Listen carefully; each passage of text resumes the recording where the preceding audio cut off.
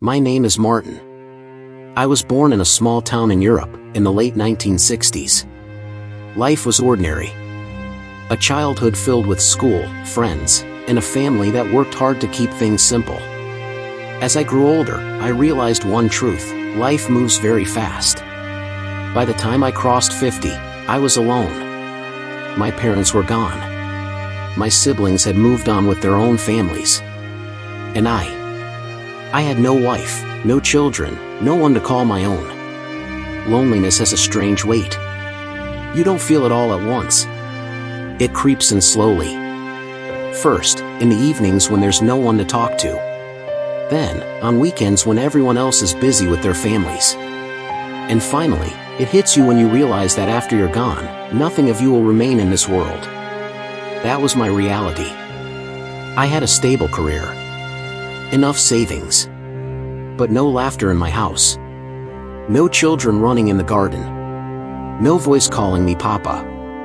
It was around this time that I decided to travel. Not for adventure. Not for leisure. But to find something my own country couldn't give me anymore. I wanted companionship. And maybe a family. Thailand was not my first choice. But destiny pulled me there. I had heard of the kindness of its people, the warmth of its culture, and most importantly, I had heard stories of women who valued family above everything else. When I landed in Bangkok for the first time, the air felt different. Busy streets, food stalls, temples standing tall in the middle of chaos, and faces full of life. I remember sitting in a small cafe, drinking tea. That was the first time I saw her. Her name was Anom. A woman in her late 20s. She wasn't extraordinary in the way movies show beauty. But there was something honest about her. Something calm. She worked at the cafe part-time. Her family was from a nearby village. Her father was a farmer, her mother a homemaker. And like many in her community, she carried the responsibility of supporting them. I started visiting that cafe every day. Not to drink tea, but to listen, to watch, to understand. We began talking. At first, it was simple. How are you? Where are you from? Slowly, it became deeper. She told me about her family, her struggles, her dreams. I told her about my loneliness, my age, my fear of dying alone. Unlike the women I had met in Europe, Anom didn't laugh at my fears.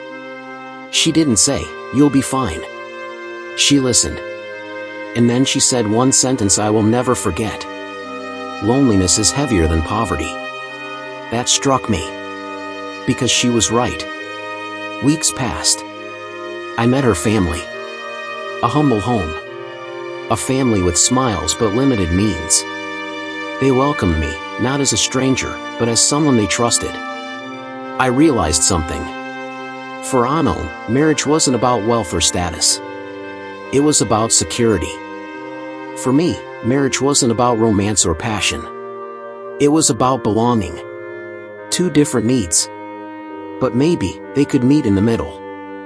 One evening, I asked her directly, "Would you consider marrying a man like me? Older, from another land, but serious about building a family?" She looked at me quietly. Then she said, "Yes. Because you want what I want, a home." And so, we decided. Not out of sudden love, but out of clarity. Marriage followed. Simple, traditional, in her village. No expensive gowns. No big ceremonies. Just family, food, and prayers. When I told my friends in Europe, most were shocked. Some laughed. Others judged. Why Thailand? She just wants your money. You'll regret it. But they weren't in my shoes. They didn't know what it feels like to sit alone in an empty house for years. They didn't know what it means to long for a child when time is slipping away. Life after marriage was not easy. Cultural differences are real. Food, language, traditions, everything was different. I had to learn patience. She had to learn my world. When she first came to Europe, she cried often. The cold weather. The distance from her parents. The strange looks people gave her. But slowly, she adapted. Our first child was born after 2 years. A boy. When I held him, I cried like a child myself. Because in that moment, my biggest fear, that my name, my bloodline would end with me, disappeared. 2 years later, a daughter came. Our home, once silent, was now full of laughter and noise. My evenings were no longer lonely. My weekends were no longer empty. And my purpose in life was no longer survival, but fatherhood. People ask me sometimes, was it love? I say, it became love. Not the movie kind. Not the kind with flowers and fireworks. But the kind built through shared struggles, patience, and responsibility.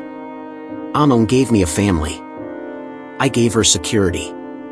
Together, we gave our children a life neither of us could have built alone. Years passed. I grew older.